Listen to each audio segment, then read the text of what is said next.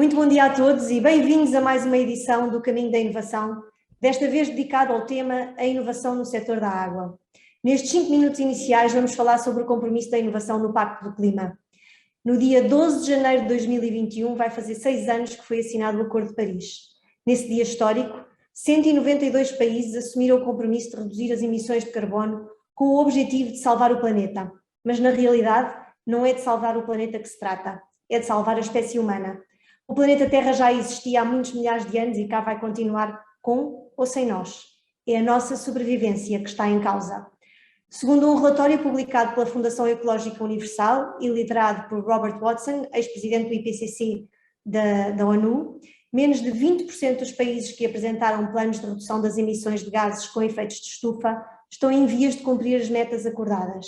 Isto é, os planos apresentados pela esmagadora maioria dos países são considerados insuficientes para cumprir as metas de redução de gases a que se comprometeram para o período de 10 anos até 2030. Não basta estabelecer compromissos, promessas, metas que ficam impressas no papel. É necessária ação. E a inovação é um dos fatores-chave para o sucesso do compromisso do Pacto Climático. É do conhecimento geral que mais de metade das emissões de gases com efeitos de estufa provenientes de energia, indústria, agricultura e desmatamento, que são os principais fatores do aquecimento global, vieram de 4 países nos últimos anos: da China, dos Estados Unidos, da Índia e da Rússia. E que a União Europeia está no bom caminho. Entre os 20% dos Estados que estão no bom caminho, há uma clara predominância do bloco de países da União Europeia, entre os quais se inclui Portugal. Mas temos de ser rápidos para impedir o aumento da temperatura que impedirá a sobrevivência da espécie humana. A nossa economia atual assenta no consumo de matérias-primas e em combustíveis fósseis. Extraímos, processamos, usamos, armazenamos e, finalmente, descartamos os recursos, todos os dias. Numa economia circular, todos os recursos são mantidos nos sistemas de produção e consumo, reduzindo o seu consumo, reutilizando-os, regenerando-os, agindo de modo preventivo, sendo mais eficiente e parcimonioso no seu consumo, recolhendo, recirculando e utilizando os recursos em cascata. O desenvolvimento empresarial, focado na sustentabilidade, na redução da pegada carbónica e no combate às alterações climáticas, depende, em grande medida, da nossa capacidade de inovar, de fazer melhor e de fazer diferente, de buscar permanentemente a eficiência com novas tecnologias, novos instrumentos e novos produtos que permitam produzir e servir com elevados parâmetros de qualidade, reutilizando materiais e voltando a introduzir matérias-primas no ciclo produtivo, sem pôr em causa o futuro e a continuidade do bem-estar das populações e do território. A inovação é decisiva para resolver um dos problemas mais urgentes com que a humanidade se defronta. Para isso, já não basta trabalhar na mitigação às alterações climáticas, é preciso que nos tornemos verdadeiramente neutros em carbono. A economia circular é sustentada na inovação. Não se trata de inovar por inovar, mas sim de criar conhecimento, tecnologias e produtos que possam ser usados e reusados circularmente. A realidade é que as empresas do setor da água sem inovação terão um futuro tão comprometido como as empresas que não apostam na sustentabilidade ou na economia circular. Na TEG Atlântico, temos a sorte de ter estas duas premissas como drivers da empresa. Não é por acaso que na estrutura da empresa existe uma área dedicada à investigação, desenvolvimento e inovação. Acreditamos mesmo que a inovação poderá ser diferenciadora a breve prazo no desenvolvimento de ferramentas de apoio à decisão na gestão, de uma forma eficiente das áreas operacionais, mas também dos serviços de suporte. No reforço desta lógica está em desenvolvimento o projeto do Centro de Inovação, que vai permitir criar uma base de partilha e envolvimento com os parceiros, designadamente com o Grupo Águas de Portugal, com as universidades e com os investigadores, e que tem como objetivo desenvolver soluções inovadoras e sustentáveis, não só para o processo de tratamento de águas residuais, mas também ao longo de todo o ciclo urbano da água. Na nossa estratégia de inovação incluímos o conceito das fábricas de água. Na realidade, grande parte do sucesso da inovação está relacionado com a percepção que temos das estações de tratamento de águas residuais e da mudança do paradigma quando olhamos para elas como fábricas de uma indústria circular em que todos os resíduos são transformados e reaproveitados. Entre os vários projetos em desenvolvimento do Departamento de Investigação, Desenvolvimento e Inovação, podemos falar de vários projetos, tais como o Smart Shop ou o Smart Sure, que são duas ferramentas que têm como objetivo a simplificação da gestão operacional e administrativa de processos. Temos outras aplicações em desenvolvimento, como é o caso do Metric4, que irá permitir a monitorização e o alerta da capacidade dos contentores degradados com a otimização da recolha e transporte. Mas não quero tomar-vos mais tempo. e por isso termino esta sessão desejando a todos uma ótima sessão neste caminho da inovação e agradecendo a todos os oradores que aceitaram o convite que lhes foi dirigido para partilharem connosco algum do seu conhecimento e experiência e agradecendo a todos aqueles que vão assistir a este evento via streaming. Muito obrigada e bom trabalho.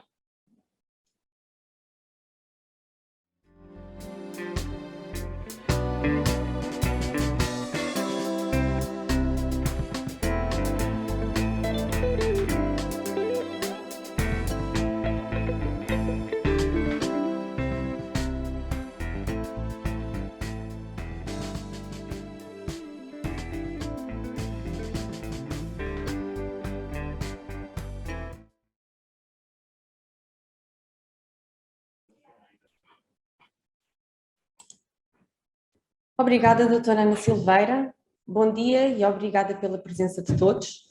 Sem mais demoras, vamos iniciar o painel Água e o Pacto Ambiental com a apresentação O Pacto Europeu em Portugal e a sua relação com a água, de Alexandre Almeida. Alexandre é diretor do Departamento de Projetos Europeus da LOBA e responsável pela definição da estratégia, identificação de oportunidades de negócio, bem como pela preparação de propostas europeias de apoio à investigação e desenvolvimento tecnológico. Tem mais de 10 anos de experiência na coordenação de projetos europeus. Atualmente é também o coordenador da implementação do Pacto Europeu para o Clima em Portugal. Força, Alexandre. Muito bom dia, obrigado pela introdução e pelo convite para este evento. Antes de mais, só fazer aqui um enquadramento da LOBA. A LOBA é o coordenador para a implementação do Pacto Europeu para o Clima em Portugal. Nós somos uma representação deste pacto em Portugal e aquilo que fazemos é a promoção do mesmo, a divulgação das atividades e, nesse sentido, também estou aqui hoje. Nós somos o ponto de contacto nacional, não somos responsáveis pelo pacto em si, mas fazemos com que aquilo que são as diretrizes deste pacto possam ser implementadas em Portugal e possam ter impacto em Portugal. E o que é o Pacto Europeu para o Clima, o European Climate Pact? Temos aqui um pequeno vídeo que eu pedia para passarem de introdução e depois entro em mais detalhe. Obrigado. We all know it's time to act for our planet, but it sounds like an overwhelming task because while we all inhabit the same big planet, in reality, everyone lives in their own world, with their family, friends, neighbors, and colleagues, with their favorite places and activities. So what if we all made a pact? What if we all started with small actions in our world to protect what is truly close to us and our hearts? Actions in the way we move, the way we eat, the way we buy, the way we live, the way we do business. If everyone starts with actions in their own world, together we can make our planet healthier and greener for all of us. Obrigado. E isto é mesmo o conceito do pacto, que é das pessoas para as pessoas, em que nós possamos atuar no nosso mundo e que essa nossa ação tenha impacto no planeta. O objetivo principal é conectar as pessoas e partilhar o conhecimento de forma a que consigamos chegar a soluções que combatam as alterações climáticas. E o papel principal aqui é das pessoas, são dos cidadãos. Todos nós sabemos que o planeta necessita de algo. Necessitamos nós de fazer algo, como foi dito há pouco, não é bem o planeta, somos nós que vamos sofrer, precisamos de fazer algo, mas parece ser uma tarefa que nos vai consumir muitos recursos e nós sentimos-nos por vezes pequenos e impotentes, porque apesar de todos nós morarmos neste bonito planeta, nós vivemos no nosso pequeno mundo, nos nossos pequenos planetas, com a nossa família, com os nossos amigos, com os nossos vizinhos, com os colegas de trabalho com que passamos muito tempo diariamente, nos nossos locais favoritos de lazer, nas nossas atividades de lazer e desportivas, e mesmo a organização onde nós nos incluímos também vive no seu ecossistema, no seu mundo próprio, com os seus fornecedores, com os seus clientes, com os seus parceiros. E por isso, este é o desafio, porque é que nós não poderemos fazer um pacto com nós próprios e tomar ações que têm impacto em nós, mas que obviamente em grande escala terão impacto no planeta. Atuar pequeno para ter impacto em grande. Eu tive, um dos primeiros eventos que tive, alguém disse que preferia ter centenas ou milhares de ambientalistas do que 5 ambientalistas perfeitos. Essas centenas ou milhares de pequenos ambientalistas terão mais impacto que os 5 ambientalistas perfeitos. E juntos, todos juntos, podemos salvar o grande planeta. E isto é o Pacto Europeu para o Clima.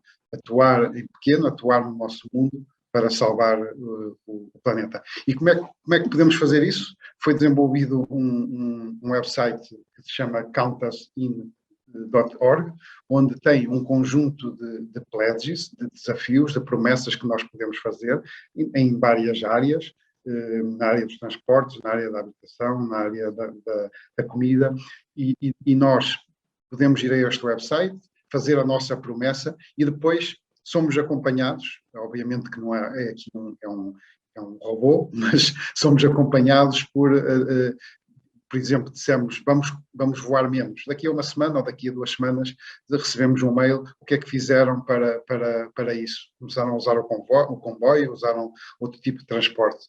E por isso aconselho a todos a fazerem estes pledges.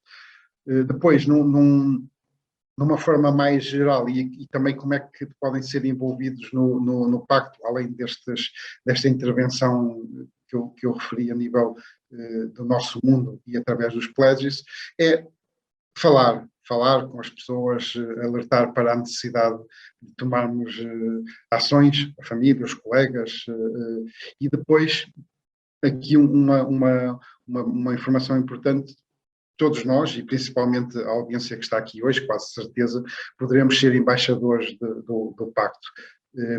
Existem uma série de ações que estes embaixadores podem fazer e por isso eu aconselho que se registrem de uma forma individual, representando, obviamente, podem representar uma organização, mas de uma forma individual podem registrar-se como embaixadores.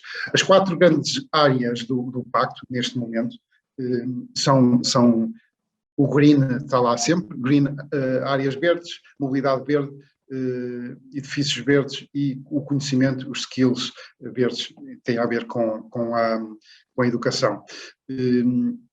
Como podem ver aqui, não há uma ligação direta com a água, mas eu arranjei aqui uma forma de chegarmos à ligação com a água, que tem a ver com o que também já devem ter ouvido falar, que é o Green Deal, o Acordo Verde. Isto é o Pacto Europeu para o Clima, insere-se no Green Deal. É um grande projeto europeu, um grande objetivo europeu, nestas 8 áreas que eu defino aqui, que vão desde a qualidade da água e do ar e dos solos, passando pela energia, transportes, ambiente, saúde, etc. Tudo está incluído naquilo que possa melhorar o nosso bem-estar para o bem do planeta. E dentro do European Green Deal, nós temos a área do clima, onde está o European Climate Pact, entre outras ações, e temos a área do Environment and Oceans, que é onde se inclui o Zero Pollution Action. E dentro do Zero Pollution Action é onde temos Zero Pollution Action para Water, Air and Soil. E aqui o objetivo é melhorar a qualidade da água, reduzindo o desperdício, reduzindo a presença do plástico na água. O que eu alertava nesta apresentação é mais para percebermos a estrutura da organização do Green Deal. Nós temos o Green Deal como o umbrella, aquilo que é o acordo que depois agrega todos os outros. O European Climate Pact está na prioridade do clima, o Zero Pollution Action está na prioridade do ambiente e oceanos, mas eu creio, e tudo isto é muito recente, principalmente, por exemplo, o Pacto Europeu para o Clima começou a ser implementado, ou foi assinado, digamos assim, em dezembro do ano passado, mas só em junho deste ano é que foi feito o lançamento oficial, e estas coisas foram programadas, mas estão sendo adaptadas conforme vão sendo implementadas, e eu creio que no futuro o que poderá acontecer mais é a interligação entre estas prioridades. Queria só referir que neste momento, além dos embaixadores, podem também participar no Pacto Europeu do Clima através das redes sociais, com um desafio que foi criado na área da mobilidade sustentável, e caso sejam jovens entre os 15 e os 30 anos, podem participar num desafio que foi colocado para os jovens, que tem como objetivo colocar os jovens europeus numa atividade de co-creation, para que lancem ideias para o European Climate Pact. E vamos ter a partir de outubro, e acho que aqui as próprias águas do Tejo poderão ter um papel interessante, que é, vamos desenvolver o que chamamos peer parliaments, que será um conjunto para Portugal, isto tem a ver com as dimensões dos países, aqui umas 2 ou 3 dezenas de eventos, mesas redondas, brainstorming, muito informal, para discutir os assuntos das alterações climáticas. Deixo aqui o meu contacto, caso queiram esclarecer alguma dúvida. Esta apresentação é só mais expositiva, mas caso tenham alguma dúvida sobre o Pacto, sobre como podem ser envolvidos e quais as ações que podem desenvolver, estou disponível para esclarecimentos. Muito obrigado.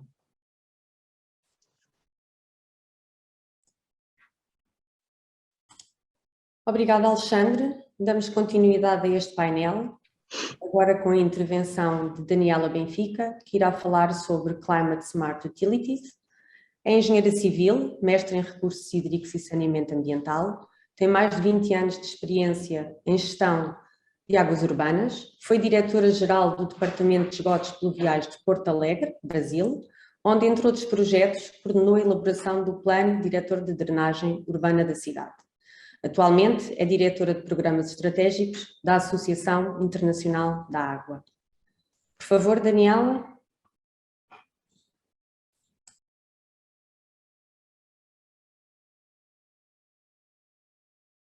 Daniela tem que tirar o mute do microfone.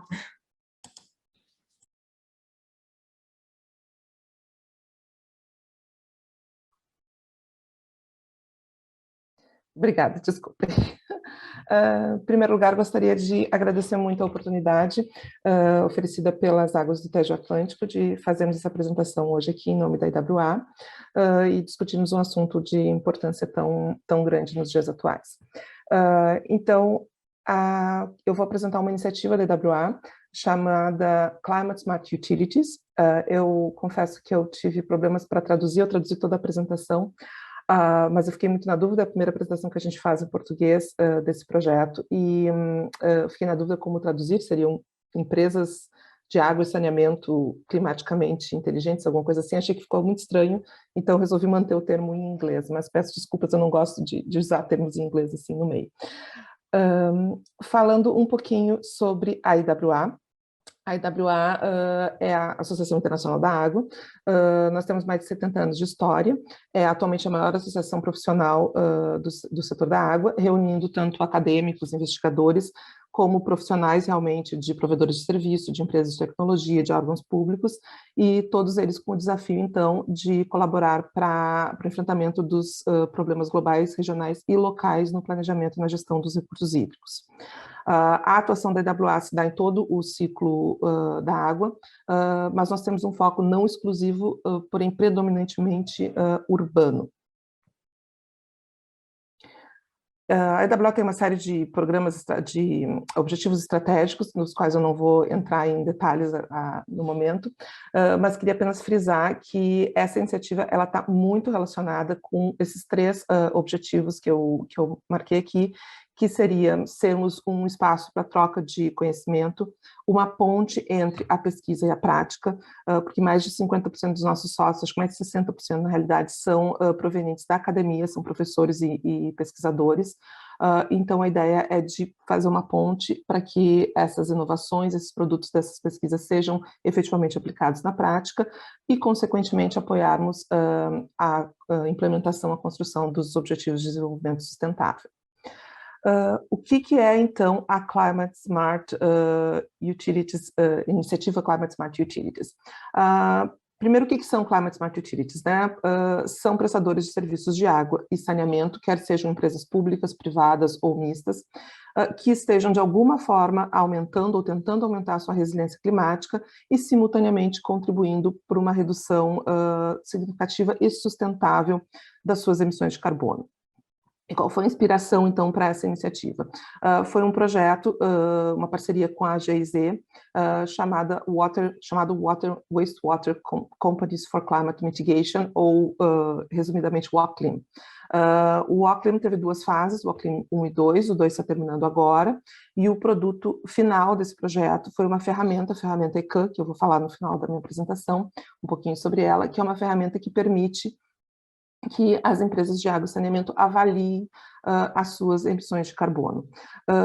E, como todo projeto, né, esse projeto teve um princípio e um fim, ele está terminando agora, e justamente essa iniciativa surgiu da necessidade ou da vontade, digamos assim, de aproveitarmos esse momento gerado pelo projeto, né, e continuarmos essa discussão, tornarmos essa agenda de fato permanente entre as empresas de água, né?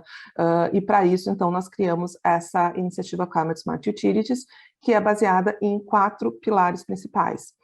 Seria o desenvolvimento de comunidades de prática sobre adaptação e mitigação, justamente para apoiar intercâmbio entre ciência e prática.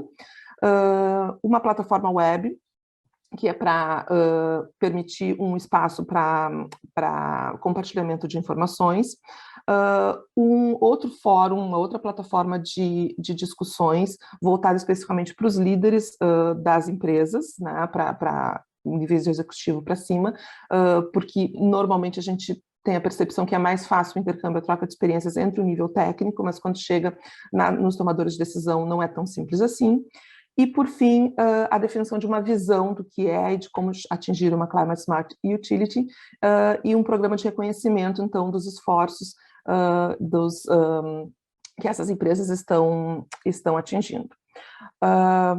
Então, vou falar um pouquinho sobre cada um desses pilares, né? As comunidades de prática. As comunidades de prática, elas têm como objetivo principal a troca de experiências sobre problemas em comum, a troca de conhecimentos sobre soluções já adotadas para esses problemas ou planejadas para esses problemas, com isso inspirando a inovação e também criando uma reserva de conhecimento que possa levar a processos de tomada de decisão mais informados com base em experiências de outros, por exemplo. Esses grupos eles são formados majoritariamente por representantes de empresas de água e saneamento, né? São comunidades de prática, não são comunidades de pesquisa, então é óbvio que nós temos investigadores, temos pesquisadores, professores participando dessas comunidades ativamente, mas o foco são ações práticas, né? E no momento, então, como eu disse, a nossa temática é adaptação e mitigação. Atualmente nós temos 2 grupos de discussão. Essas discussões, elas ocorrem tanto em reuniões via Zoom, quanto por um grupo de discussão no EWA Connect, que é uma rede social, digamos assim, formada pelos sócios da EWA.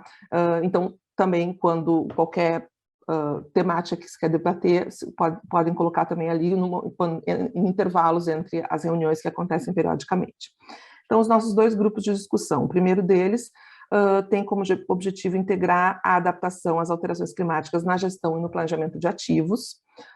Então, o foco é discutir como adaptar os prestadores de serviços de água e saneamento aos impactos das mudanças climáticas, usando uma abordagem sistêmica, que englobe o planejamento geral da empresa, mas que inclua também a gestão de ativos.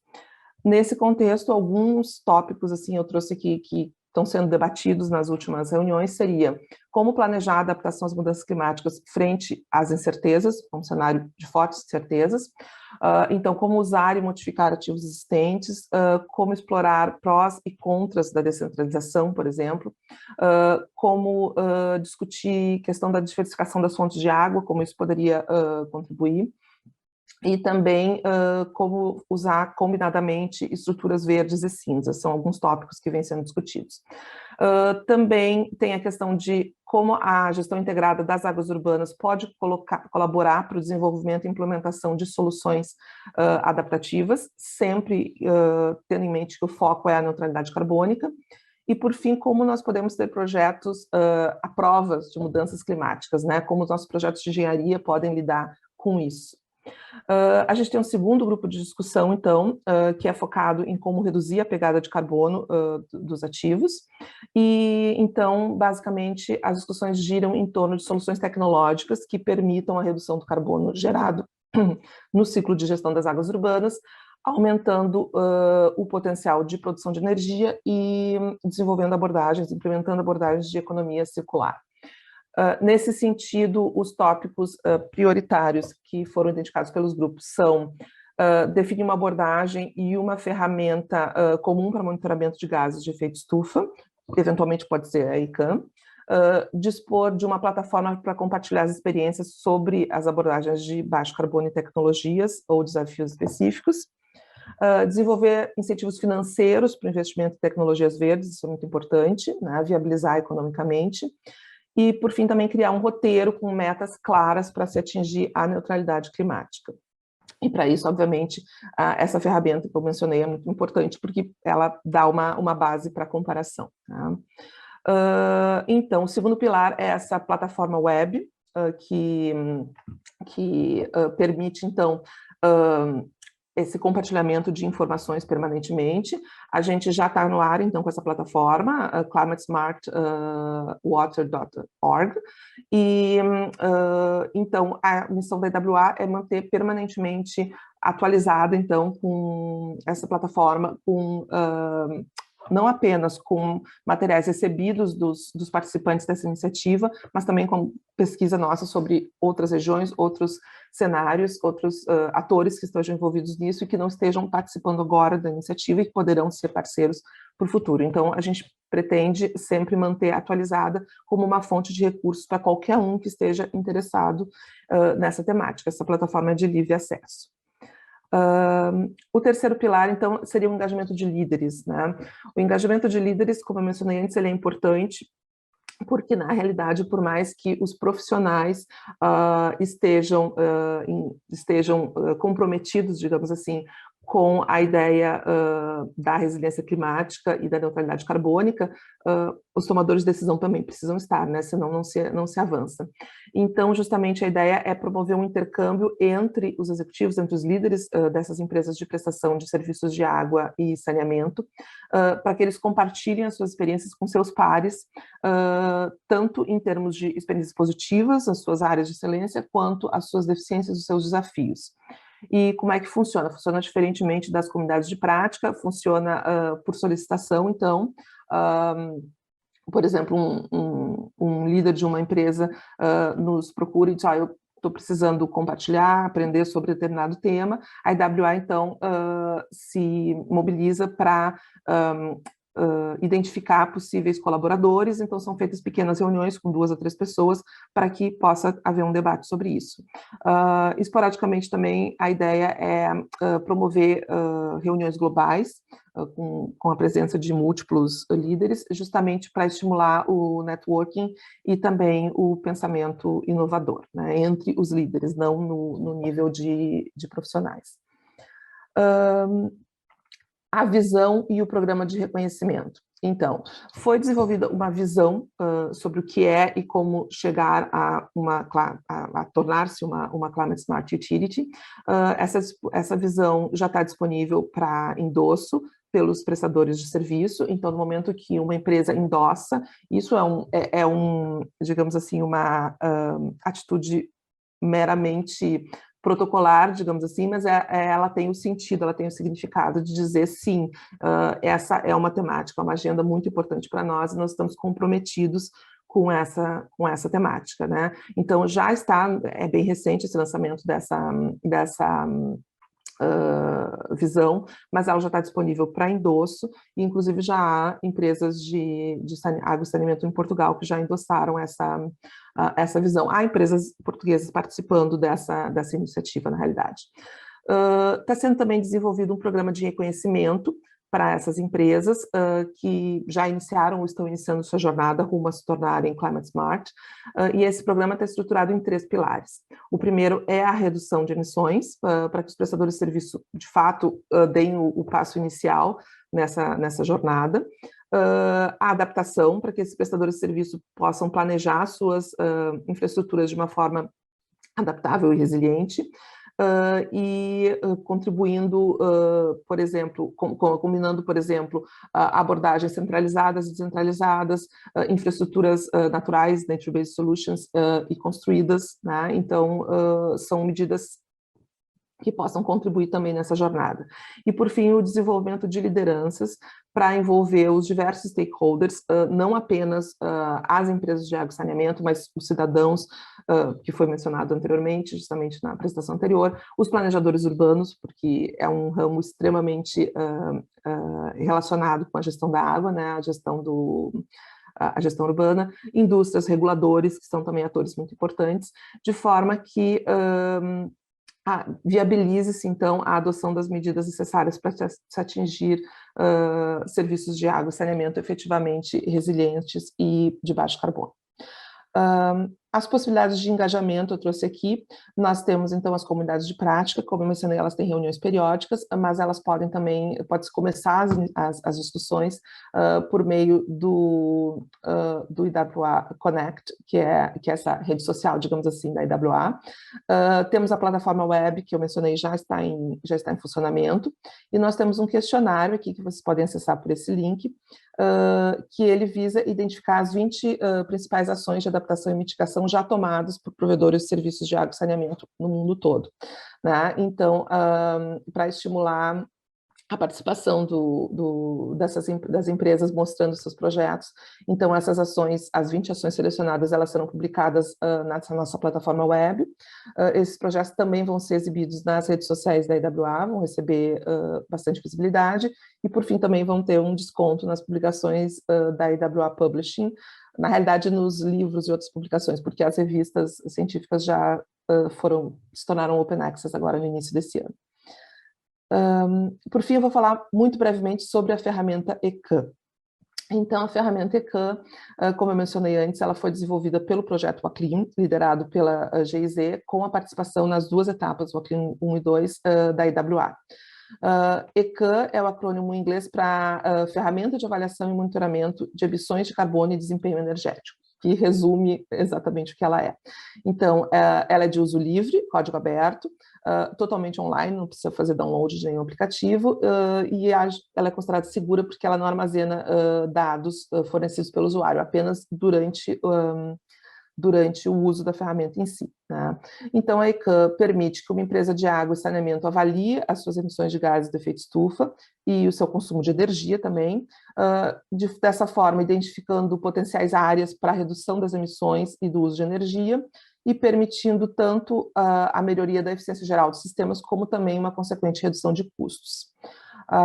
A ECAN permite não apenas avaliações pontuais, mas ela também permite a comparação de várias avaliações, tanto de múltiplas empresas, se houver esse acordo, obviamente, porque uma empresa não acessa os dados da outra, mas se for o objetivo de algumas empresas, de um pool de empresas, por exemplo, elas podem, então, comparar suas avaliações para fins de benchmarking, ou também uma mesma empresa pode comparar suas avaliações no tempo, né, para verificar como está evoluindo nessa jornada. Então, ela pode ser, portanto, uma ferramenta apenas de diagnóstico, né, para que uma empresa formule, por exemplo, um plano de ação para se tornar climaticamente resiliente e também que avalie esse plano, o andamento desse plano esporadicamente. E ela também pode fornecer um embasamento importante, por exemplo, para a busca de financiamentos para projetos de adaptação e mitigação, tá? Porque pode mostrar onde estamos e onde podemos chegar. Tá? O ECAN, ele funciona, o ICAN, funciona com dados operacionais que as empresas de água e saneamento geralmente já possuem, né? Ela foi pensada para trabalhar com dados de fácil obtenção, mesmo para empresas de países de desenvolvimento, inclusive os quatro países que participaram na primeira etapa como estudos de caso para a elaboração dessa ferramenta são países em desenvolvimento, é Jordânia, México e Peru, e Tailândia, se não me falha a memória, mas caso especificamente algum dado não seja disponível, ela também gera estimativas desse dado segundo modelos do IPCC, que se escolhe o país em que está sendo feita a avaliação, né?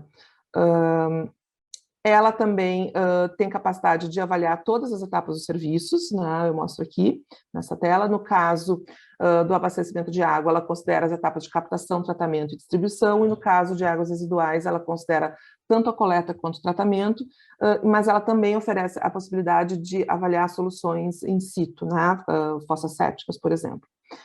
Os relatórios, eles podem ser gerados por serviço, como está aqui, por serviço de água ou serviço de águas residuais, como também, por exemplo, como por etapa de serviços e também por tipo de emissões, tipo de gases do efeito estufa emitidos.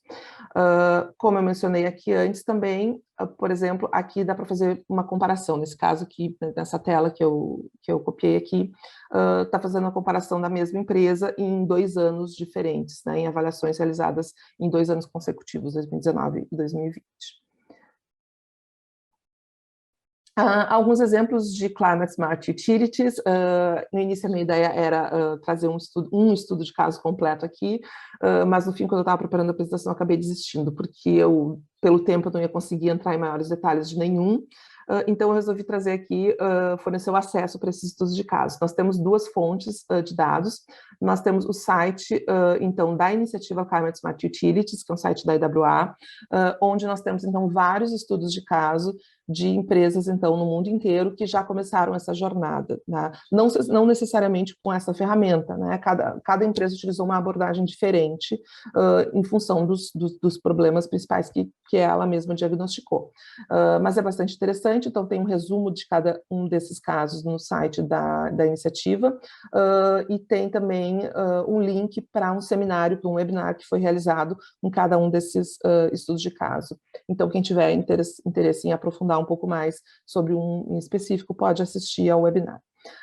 E também nós temos o site do projeto WACLIM, em que há detalhes bem interessantes sobre cada um dos países. Foram mais de uma empresa em cada país que participaram, então, desse projeto inicial de construção dessa ferramenta ECAN. Eu acho que seria isso, já esgotei o meu tempo, mas eu novamente agradeço a todos a oportunidade. Eu deixo aqui o meu contato, meu e-mail, se alguém tiver interesse em conhecer um pouco mais, tanto sobre esse projeto em si, quanto sobre qualquer outro dos projetos em andamento da IWA, eu estou totalmente disponível para contatos. Esse aqui é o site da IWA, mas da iniciativa em si, né? E nós temos aqui os dados da IWA para maiores pesquisas. Muito obrigado a todos pela atenção.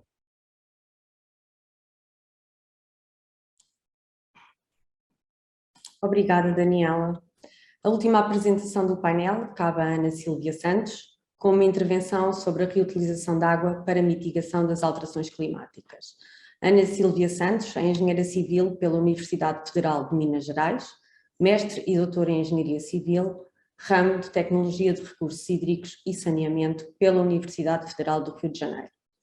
É professora do Departamento de Engenharia Sanitária e do Meio Ambiente na Universidade do Estado do Rio de Janeiro e membro permanente dos programas de pós-graduação em Engenharia Ambiental. É coordenadora do Grupo de Investigação Reuso, Tecnologias, Gestão e Governança e ainda fundadora do Content Management System. Por favor, Ana.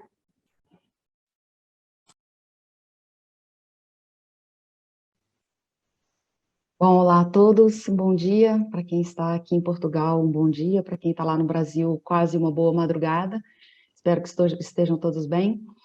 Bom, então, primeiro eu gostaria de agradecer a oportunidade, agradecer o convite e parabenizar a Águas do Tejo Atlântico pela iniciativa, que de fato é uma iniciativa incrível de transformar e conduzir um processo desse tipo.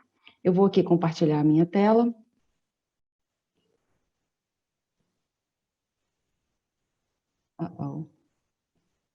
Aqui.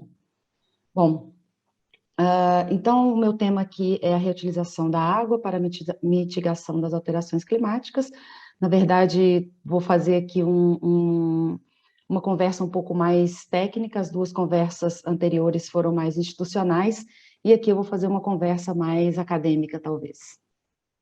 Então, primeiro, eu queria só mostrar a agenda que eu vou abordar.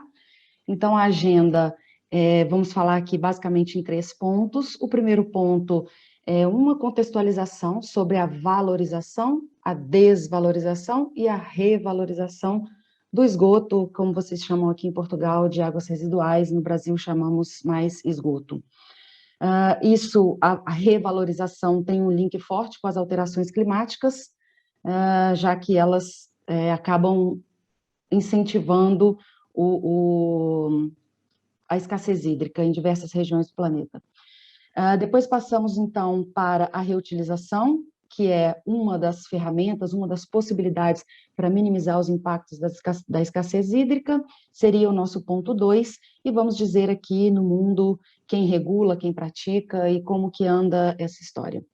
E depois partimos para o ponto 3, que é a questão dos desafios. Apesar de sabermos bem e de entendermos bem a questão da economia circular, das alterações climáticas, ainda temos muitos desafios pela frente, e um deles, que no meu entendimento é um dos mais importantes, é o engajamento da sociedade, com destaque para a valorização das águas residuais para a sociedade. E aí partimos, então, para um conhecimento, a tentativa de alcançar essa sociedade através do conhecimento, e aí depois, um pouco mais à frente, eu falo um pouco sobre o que temos aqui ao lado.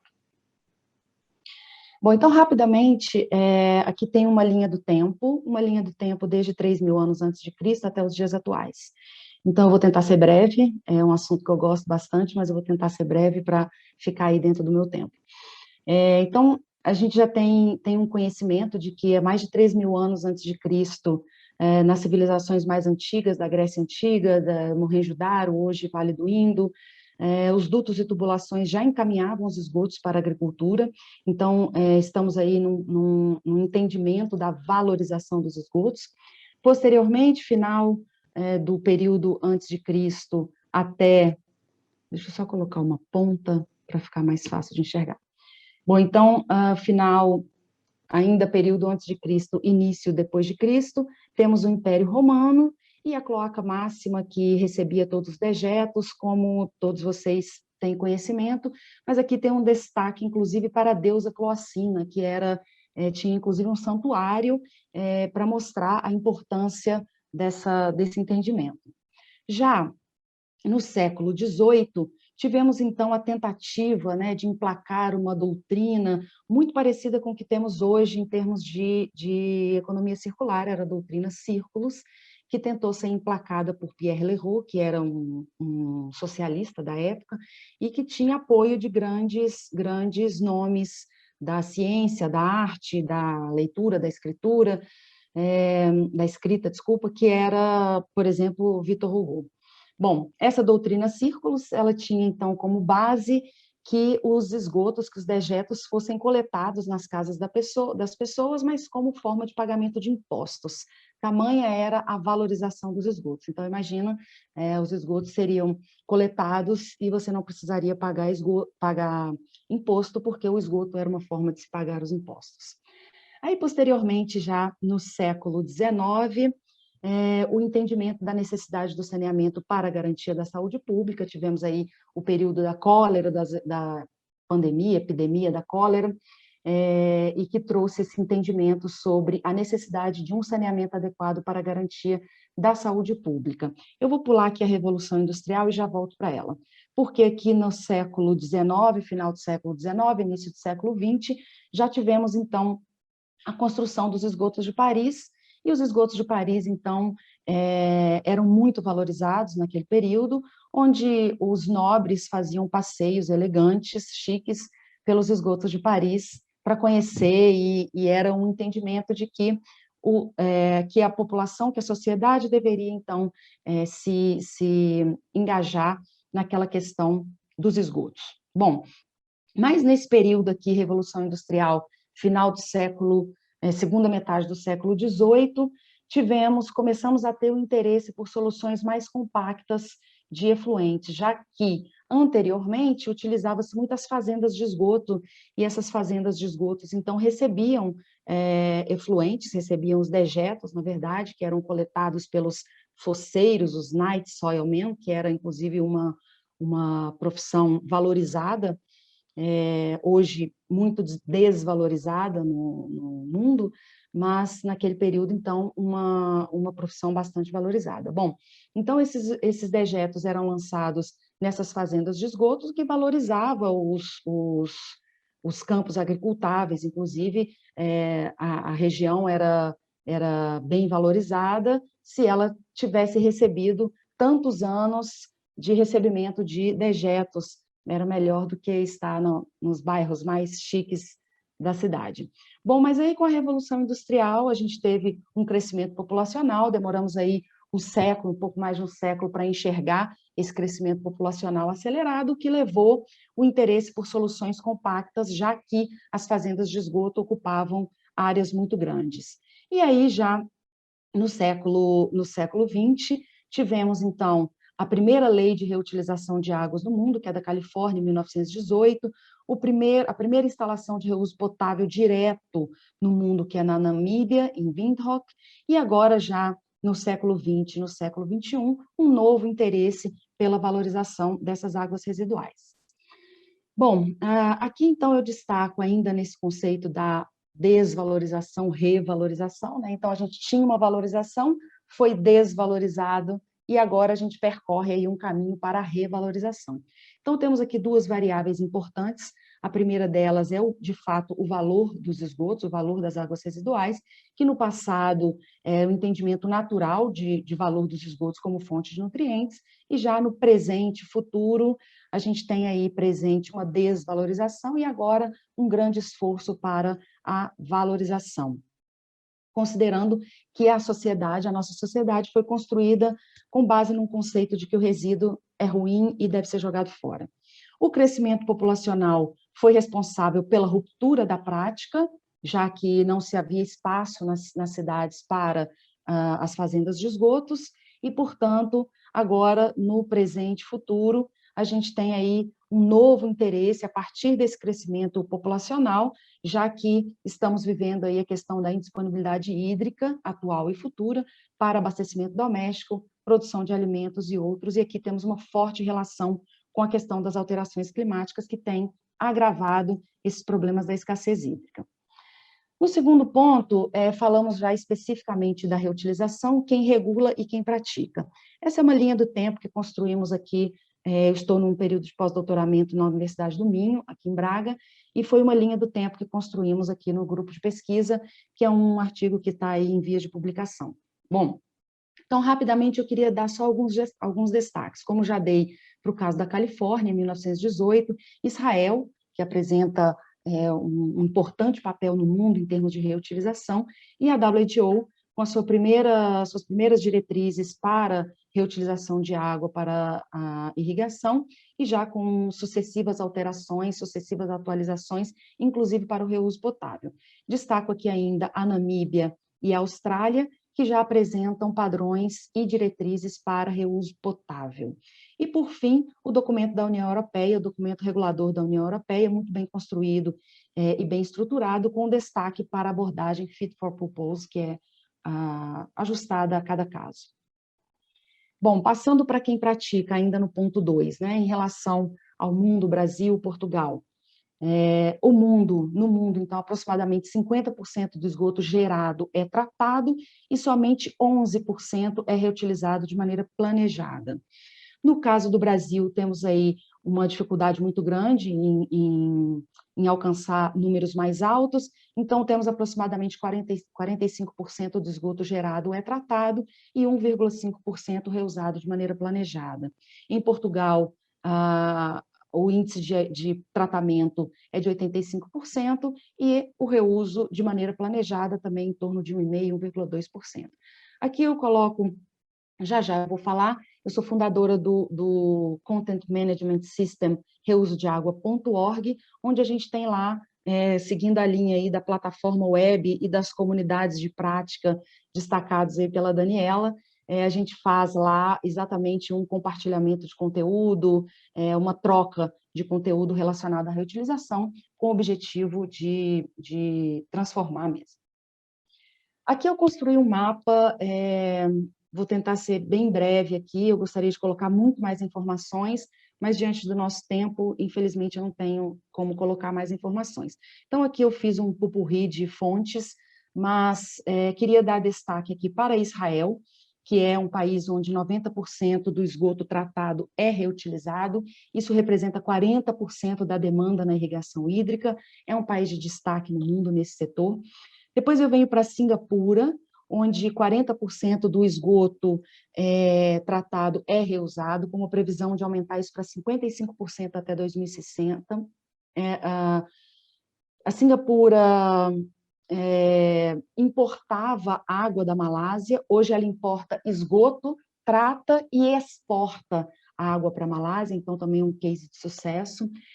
Queria dar um destaque aqui também para a Namíbia, um país na África que vive aí condição extrema de escassez hídrica e que já pratica o DPR, Direct Potable Reuse, reuso potável direto, desde 1968, com a ampliação do New Goringab Water Reclamation Plant em 2002.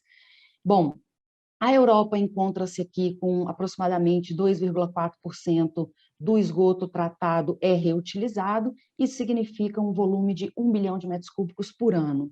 E aí eu vou para Estados Unidos e China. A China é o maior usuário de água recuperada no mundo, considerando aí 7 bilhões de metros cúbicos por ano em 2017, seguida dos Estados Unidos de 6,6 bilhões de metros cúbicos de água em 2018. Entretanto, com índices baixos, né? Os Estados Unidos com 1% do esgoto tratado é reutilizado e na China 1% da água consumida é reutilizada e 12% do esgoto tratado em áreas urbanas.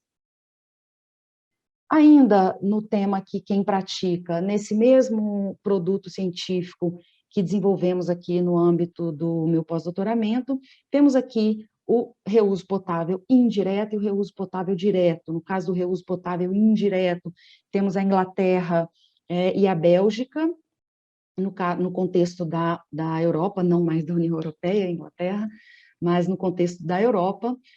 Singapura e ainda a Espanha, a Espanha com um projeto em escala piloto ainda desde 2015, e Austrália, e Estados Unidos e Singapura. Já no caso do reuso potável direto, temos então somente 3 países, a Namíbia e a África do Sul, e ainda os Estados Unidos, considerando aí o reuso potável direto. Aí eu vou partir para o meu último ponto, que são os desafios, né? Então, eu comentei lá no início que, no meu entendimento, os desafios passam fortemente pelo engajamento da sociedade, então, pela valorização, pelo entendimento da valorização. Então, a gente destaca, nesse trabalho, a gente destaca aqui 5 pontos principais. O primeiro deles é a gestão integrada de águas e águas residuais, considerando o conceito One Water, a água é uma só, independente da forma como ela se encontra neste momento, se ela é água superficial, se ela é água residual, se ela é água bruta, se ela é água tratada, a água é uma só e deve ser entendida como tal. Então, por isso, a gente faz uma gestão integrada de águas e águas residuais. A regulação adequada, inclusive já do reuso potável, considerando esse aí uma grande tendência em relação à reutilização. No terceiro ponto aqui, o planejamento e investimento, inclusive para os países de baixa e média renda, e principalmente, né, são países que têm mais dificuldade em organizar o seu desenvolvimento estratégico. Temos aí um forte ponto de minimização da rejeição, que trata-se de uma rejeição natural em relação a tudo que é reutilização, então é uma rejeição natural do ser humano. Na língua inglesa a gente chama isso de factory use, que em português é o fator ECA, que a gente faz ECA para tudo que é reutilização, e ainda o ponto que é a adoção de diferentes tecnologias de tratamento de águas residuais para diferentes usos. Então, considerando aí, como eu comentei anteriormente, o fit for purpose, que é ajustada, a reutilização ajustada e adequada para cada caso, com padrões e tecnologias de atendimento a esses padrões. Aqui, uma breve relação entre esses desafios. O desafio B, que é a regulação adequada para permitir a prática de reutilização. O desafio D, que é essa aproximação e a conscientização dos usuários para minimizar a questão da rejeição. E ainda o desafio B, novamente, para garantir a segurança para a saúde pública e a saúde do meio ambiente. Então, o planejamento estratégico, considerando A e C, e a tecnologia, considerando o desafio e aí a gente consegue chegar no futuro. Aqui eu dei um destaque para o New Position Paper da Water Europe, que fala sobre os planos de recuperação, os planos nacionais de recuperação e resiliência, e aqui uma contribuição do CMS reusodeagua.org e do novo conceito aí que a Águas do Tejo Atlântico tem cunhado, que é a Água Mais e as fábricas de água, mudando então esse termo, estação de tratamento de águas residuais. Aqui tem um QR Code para quem quiser conhecer o Position Paper completo da Water Europe, e aqui o anterior, também um QR Code. Eles se baseiam muito na questão da Water Smart Society. Então, aqui o texto considera esse cenário e destaca o conceito da economia circular. Alguns países que estão com a economia circular indicada diretamente nos seus planos de resiliência, de recuperação, e aqui no anterior, a Water Europe destaca, então, melhorar a eficiência da água, e aqui está traduzido ao pé da letra, aumentando drasticamente a reutilização e a reciclagem da água.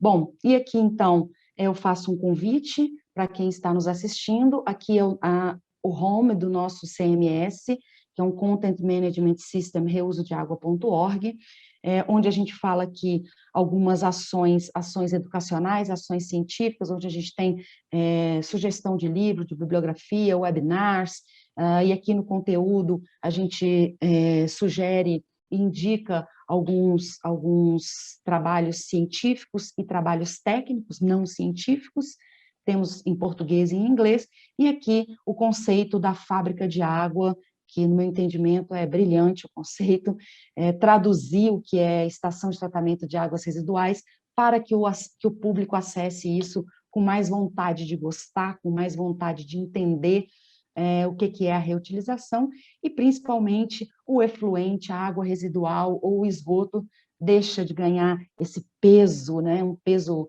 ruim para essa água, e ganha um conceito de água mais, que também para mim é um conceito brilhante. Para finalizar, nesse conceito aí da valorização, eu vou começar da direita para a esquerda. Então, a gente tem aqui a necessidade da transparência das ações e o envolvimento da sociedade, eu, você, ele, nós, todos aqui envolvidos com essas questões, como já foi abordado aí anteriormente. Eu gostei muito do que o Alexandre falou, que é das pessoas para as pessoas, né? Bastante interessante. Aqui, o desenvolvimento de projetos piloto, também como o Tejo Atlântico tem feito no seu departamento aí de investigação, com a divulgação pública de resultados para que o público possa acessar, entender, compreender, gostar e participar de maneira mais ativa.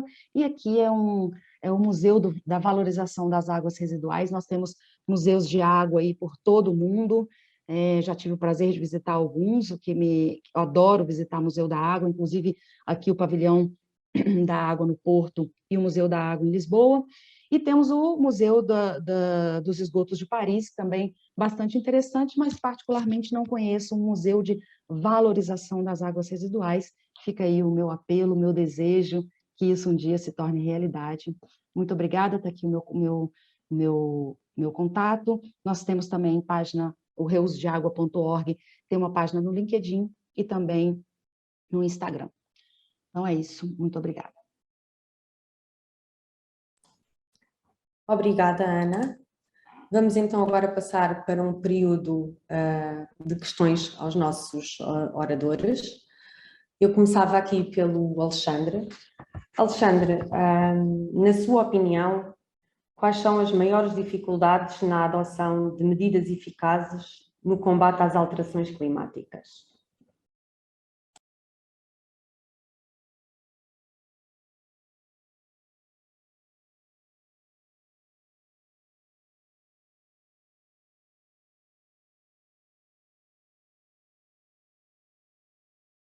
O Alexandre pode estar com algum problema de comunicação. Eu se calhar passava aqui então uma pergunta para a Daniela. Daniela, em função da experiência que já existe da utilização da ferramenta e do projeto, que tipo de medidas já adotadas se podem destacar no aumento da resiliência climática? Muito obrigada. Eu já imaginava que essa fosse uma das principais perguntas. Né? São múltiplas as ações, né? E obviamente depende das fragilidades que são detectadas em cada um das empresas, né? Uma das mais comuns, que eu diria, é o controle de perdas, né? Porque é um desperdício imenso de recursos tratando uma água que vai ser totalmente perdida. Então, tem projetos muito interessantes, por exemplo, no norte europeu, de redução de perdas, assim, que estão baixando para níveis muito inferiores aos usualmente registrados, né? Então, uma das principais seria essa. Uma outra ação muito importante é a questão de troca de equipamentos, né? Equipamentos antigos, obsoletos, que é feita manutenção e eles vão, como são equipamentos caros, principalmente de bombeamento, né? Eles acabam sendo utilizados, às vezes até além da vida útil deles, principalmente no cenário de países de desenvolvimento, né? E na realidade, se fizer realmente um estudo, se verifica e contabilizar a questão da neutralidade carbônica, nesse estudo se verifica que vale muito a pena trocar esses equipamentos por equipamentos mais modernos, né? E com redução de energia, sobretudo. Tem também a questão, obviamente, da geração de energia, isso é muito importante e aparece bastante nos planos de neutralidade climática, enfim, o restante depende muito do cenário de cada empresa, né? Muito obrigada. Alexandre, tínhamos aqui também uma pergunta para si. Na sua opinião, quais são as maiores dificuldades na adoção de medidas eficazes no combate às alterações climáticas? Ora bem, eu acho que tem a ver, sendo assim muito sincero, com o interesse político também, não é? Fala-se muito, alguém falou, sim, na introdução falaram de que as medidas não ficarem só no papel e nos acordos, mas passarem para a prática, e acho que é isso que falta um pouco, que os decisores políticos tomem essa iniciativa. O Pacto Europeu para o Clima, por acaso, tem como objetivo, mais para o final da sua implementação, precisamente fazer isso. Aliás, uma das coisas que se pede aos cidadãos é que pressionem os políticos, falem com os políticos para estas manifestações que existem às sextas-feiras, por exemplo, que falem, que pressionem para que se tomem medidas, porque muitas delas, na verdade, não saem do papel.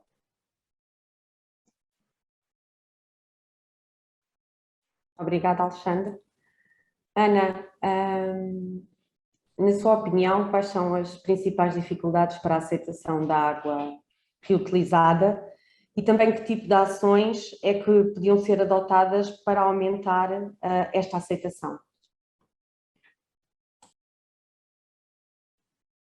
Perfeito. Como eu finalizei ali a minha apresentação, eu vejo aí como uma aceitação realmente como um foco principal. Acho que deveríamos todos, a academia, as companhias, né, as entidades gestoras, o meio político, deveríamos todos, então, concentrar os nossos esforços nessa questão da rejeição. A rejeição, no meu entendimento, assim como para qualquer outra situação, ela é reversível. Ela é reversível desde que façamos campanhas adequadas. Nós conseguimos mudar qualquer conceito. Nós conseguimos mudar o conceito do tipo de música que as pessoas vão ouvir, o tipo de celebridade que as pessoas vão gostar, o tipo de filme, os hábitos de uma população são completamente modificados desde que se deseje de fato. Então, no meu entendimento, acho que é isso, a gente partir para campanhas com forte objetivo de demonstrar a qualidade da água residual para a reutilização, demonstrar a segurança, que é uma prática segura, trazer a questão cultural, como eu coloquei aí o Museu da Valorização dos Esgotos, das águas residuais, como chamam aqui em Portugal, e para que as pessoas possam se engajar, entender para que isso serve, né? Acho que os jovens hoje, eu falo muito com os meus alunos de graduação, então os jovens hoje, eles gostam de coisas recicladas, de brechó, e gostam de comprar roupa usada, tem um forte engajamento. Os nossos avós, se a gente fala assim, eu comprei essa roupa num brechó, uma roupa usada, e a avó vai falar, minha filha, que coisa horrível, por que não compra uma roupa nova, né? Então, é um conceito que vem mudando, acho que os jovens são muito importantes aí nessa transformação, e eu acho que a gente precisa trazê-los para essa briga, para essa luta, né? E aí o papel, a minha intenção com a criação desse CMS, reusodeagua.org, foi exatamente isso. Então, é um hub onde a gente consegue colocar ali várias informações técnico-científicas, produção de dados, onde tem assuntos mais acessíveis para a sociedade como um todo, né? A sociedade entende tantas piscinas olímpicas de água residual lançada, ou tantas piscinas olímpicas de água residual reutilizada, e é diferente, a sociedade entende dessa forma. Então, a gente, inclusive, lançou esse CMS no Dia Mundial do Combate à Seca, que foi 17 de junho desse ano, então estamos aí nesse caminho para tentar trazer a sociedade para minimizar esses impactos aí da rejeição, que, no meu entendimento, é o ponto forte para a gente alcançar sistematização, institucionalização da reutilização de água. Obrigada, Ana. Fazendo mais aqui uma pergunta ao Alexandre, até que ponto as iniciativas como o Vizinhos, pessoas e empresas, podem contribuir para um pacto climático de proximidade, evitando desta forma o transporte e a armazenagem desnecessários e promovendo ações locais para este desígnio global? Pois, uma das metodologias usadas pelo Pacto é mesmo tentar chegar às entidades locais e torná-las embaixadores institucionais do Pacto. Nós sabemos como é difícil implementar um projeto de dimensão europeia, em 27 países, e por isso foi definido este ponto de contacto nacional em cada um dos 27 países, para que haja um conhecimento maior da realidade nacional e que se possa contactar os stakeholders locais para que eles, com as redes que já têm criado, com os contactos que já têm criado, com as iniciativas que já têm criados, possam servir de embaixadores para o Pacto e passar a palavra daquilo que se pretende.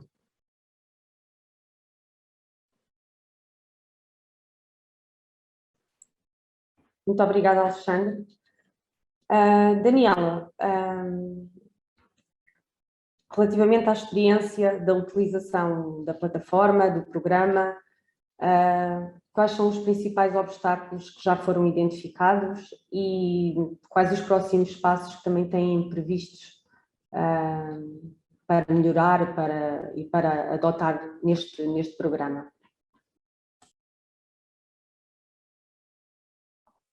Obrigada. Alguns obstáculos assim que a gente poderia citar que são bastante presentes. Um deles é a questão do engajamento de países em desenvolvimento, né? Com a ferramenta, inclusive já mais ou menos 50%, em torno de 100 empresas de água e saneamento já fizeram uso da ferramenta ECAN do mundo inteiro para se autoavaliarem. Dessas, mais de 50% são de países em desenvolvimento, o que é muito interessante.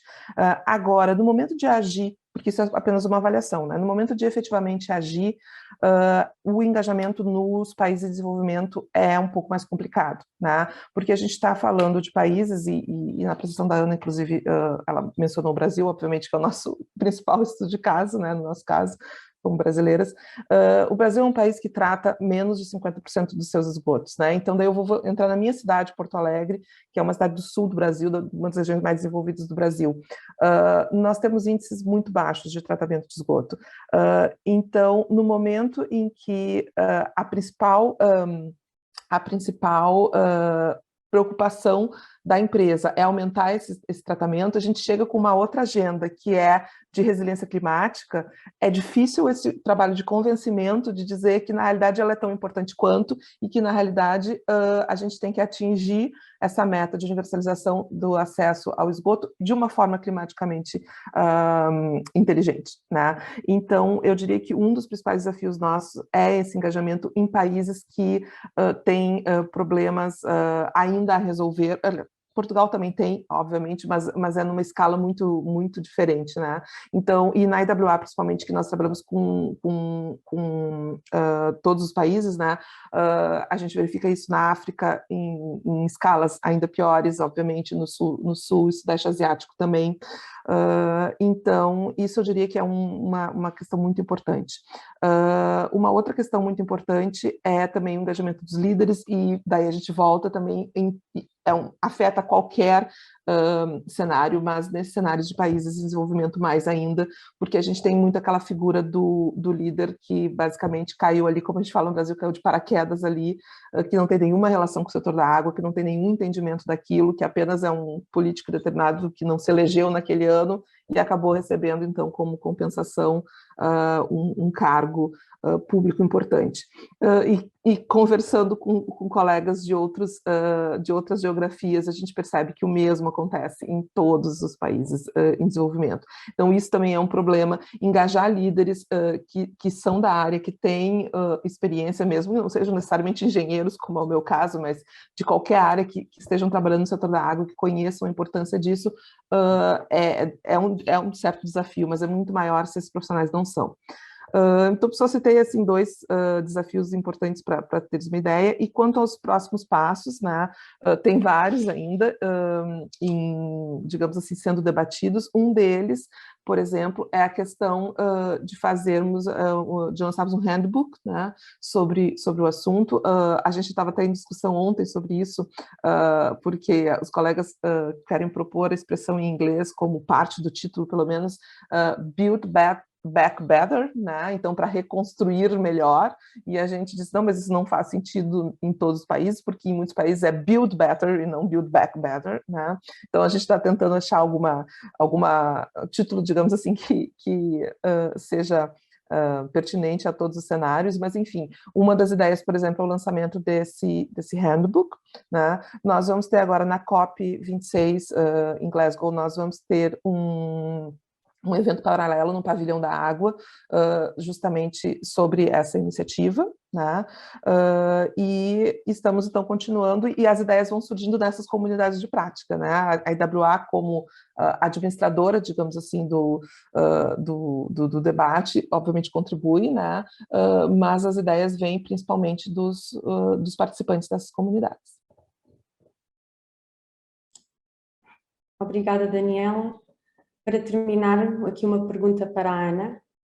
Da análise efetuada da reutilização direta da água residual tratada, para além da escassez da água, que outros fatores permitiram esta utilização e a aceitação deste consumo de água? Excelente. Só antes de responder, eu só queria falar sobre o que a Daniela comentou. Eu colocaria um rebuild, um re entre parênteses para depois o build. E o Brasil realmente apresenta grandes desafios aí antes, né? Então, quando eu faço uma apresentação desse tipo para a Europa, eu coloco desafios internacionais. E quando eu faço essa mesma apresentação, considerando o mesmo tema no Brasil, eu coloco desafios como minimamente aumentar os índices de tratamento de esgotos e a operação das estações de tratamento de águas residuais, que ainda temos grandes desafios. Bom, sobre a questão que me foi colocada, pode só repetir, por favor, Rita, porque eu me perdi aqui um pouquinho. Sim. O que nós estávamos aqui a perguntar era, além do fator da escassez da água, que outros fatores poderão ter contribuído para esta utilização, para esta reutilização direta da água residual tratada, e também como é que foi esta aceitação? Ok, tá bom, perfeito. Então, a escassez, de fato, é o principal driver, né? Quem tem água a sobrar não tem intenção de reutilizar. Mas, em vista do que temos aí pelo futuro, que certamente teremos aí ainda mais escassez, e a considerar não somente o produto água, mas tudo o que a água envolve. Então, a água envolve minimamente a produção de alimentos, a água minimamente envolve os empregos, 2/3 dos empregos no mundo estão diretamente relacionados com a água. Então, a escassez, ela é o principal driver, e hoje os países mais desenvolvidos colocam isso como fator de planejamento. É claro que ainda temos questões como, por exemplo, minimizar os impactos do lançamento de águas residuais nos corpos hídricos. Então, na medida em que você percorre o objetivo da reutilização, minimamente você tenta alcançar padrões de qualidade mais restritivos, mais apertados. Então, por isso, você ainda consegue pensar na qualidade dos corpos hídricos. E aí, voltando às nossas questões aí do país em desenvolvimento, onde a gente tem objetivo de tratar os esgotos, que ainda não chegamos a um bom índice de tratamento de esgotos, e aí, obviamente, a gente percorrendo esse objetivo da reutilização, tentamos, então, alcançar água de melhor qualidade, mesmo que não seja para a reutilização, que seja para o lançamento em corpos hídricos. Considerando, por exemplo, o Brasil como um país de falsa abundância de água, apesar de sermos o país no mundo que mais tem água superficial, temos uma distribuição desigual em termos de população, temos hábitos de desperdício, exatamente porque a nossa população foi construída em cima, com base numa percepção de abundância, exatamente o oposto de Israel. O Estado Novo de Israel, ele foi criado exatamente, inclusive muitos palestrantes de Israel falam, ainda bem que o nosso país foi construído sem água. Isso para a gente é muito bom, né? Porque aí a gente consegue gerir os nossos recursos hídricos da melhor forma possível, mais eficiente. Então, no meu entendimento, o principal driver é, sim, a escassez hídrica, mas temos outras questões aí por trás de desenvolvimento socioeconômico, mas sempre pautado na questão da água. Obrigada. Obrigada aos oradores pelo contributo ao painel dedicado à água e ao Pacto Ambiental. Vamos agora dar início à apresentação de pitch dos desafios à inovação de 2021. Este é um projeto de Águas do Tejo Atlântico que tem como objetivo estimular a comunidade científica, universitária, startups, empresas a apresentarem projetos e soluções de inovação que permitam elevar os níveis de eficiência e de processo no tratamento das águas residuais. Foram lançados a concurso 3 temas: Tejo Atlântico 4.0, otimização da gestão operacional e ainda a recuperação e valorização de recursos. O júri deste concurso realizou a seleção e apreciação das candidaturas que vamos assistir de seguida. Convidamos assim todos os presentes a participarem na votação que irá ocorrer após o término de todos os pitches. Para começar, vamos ver um vídeo de Nuno Lourenço, da Águas do Tejo Atlântico, com a candidatura Utensílio de Abertura de Tampas Multifunções. Olá a todos, muito bom dia. O meu nome é Nuno Lourenço. Estou aqui para fazer uma apresentação aqui da minha candidatura deste ano ao Desafio da Inovação 2021, ao qual desde já agradeço à organização e às Águas do Tejo Atlântico por mais um ano terem feito esta iniciativa. E nos próximos minutos irei-vos falar um pouco aqui sobre o utensílio de abertura de tampas multifunções. No Tejo Atlântico temos mais de 25 mil caixas de visita, com diferentes formatos, sistemas de abertura em estradas, caminhos, ao nível de solo, subir elevadas, com abertura mais simples, mais complicada. Só quem nunca tentou mesmo abrir e fechar uma tampa destas é que pensa que isto é uma tarefa simples. Utilizamos picaretas, martelos, ganchos, ímãs e por vezes até temos que inventar e adaptar para conseguirmos abri-las. Então por que não utilizarmos e pensarmos numa ferramenta que nos ajude com isto tudo? Uma ferramenta tipo canivete suíço e que nos dê ainda a possibilidade de evoluí-la e adaptá-la cada vez mais ao nosso trabalho do dia a dia. E é este o objetivo do projeto, a criação de uma ferramenta multifunções evolutiva e adaptativa para a abertura de tampas e aumento da segurança dos seus utilizadores. E aqui temos o ATM, o utensílio de abertura de tampas multifunções. É constituída por uma função picareta, tem a função de martelo, tem uma pega de borracha para aumentar o conforto das pessoas que utilizam, tem o gancho e ainda tem uma parte para o acoplamento de acessórios, o quais iremos falar mais a seguir. É também constituída por uma trava de segurança que impede que a tampa feche e que ela, ou seja, também abra demais e que saia dos seus encaixes e que possa haver um acidente com a mesma. E agora irei falar aqui um pouco sobre os acessórios. Temos aqui o ímã, o mais conhecido, também é utilizado por nós. Dado aquela parte do acoplamento de acessórios, também poderemos colocar outro tipo de acessórios, como por exemplo uma pá de caleira, um mini enxado, um ancinho, uma lanterna, entre outros, e também poderá ser adaptado a outras áreas da empresa ou para outro tipo de serviços. Temos aqui também a possibilidade das duas extremidades da ferramenta poderem ser trocadas, dado que são estas que estão mais sujeitas a desgaste e poderá ser partido, evitando assim estarmos a fazer uma nova ferramenta e tendo só a possibilidade de trocar isto. Também poderemos utilizar materiais mais nobres, mais leves aqui também para aumentar o conforto dos utilizadores. E o plano de trabalho será o seguinte: começaremos pelo fabrico de um protótipo para entregarmos aos utilizadores, iremos fazer os testes no terreno, verificar a segurança da mesma e de seguida iremos recolher todos os inputs que nos forem dados de modo a melhorarmos esta ferramenta. Este é um dos grandes pontos fortes desta ferramenta. Nós conseguimos adaptar à nossa realidade e tentarmos criar então a ferramenta perfeita adaptada ao nosso dia-a-dia. Este utensílio será mais barato do que todas as ferramentas que substitui individualmente, tendo a possibilidade de uma versão base ou então de uma versão premium em que iremos melhorar aqui os materiais. Como caráter inovador, temos aqui, entre outros pontos, de ressalvar aqui a possibilidade da constante evolução através dos inputs e a utilização de materiais de alta qualidade adaptados à realidade do saneamento, uma ferramenta que é específica para nós, construída à nossa medida. E na redução de custos, a redução, ou seja, vamos evitar a compra constante de várias ferramentas.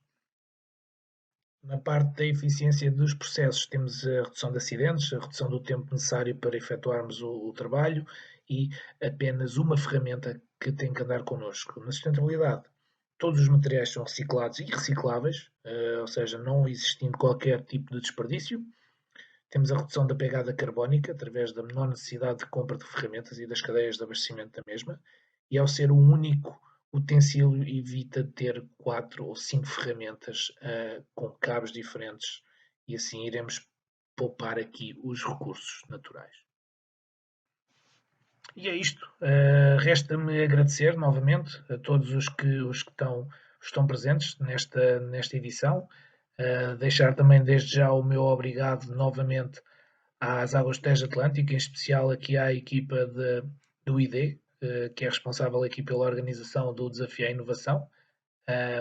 Qualquer dúvida que alguma pessoa tenha, estejam à vontade para me contactar. E pronto, vemo-nos no próximo ano.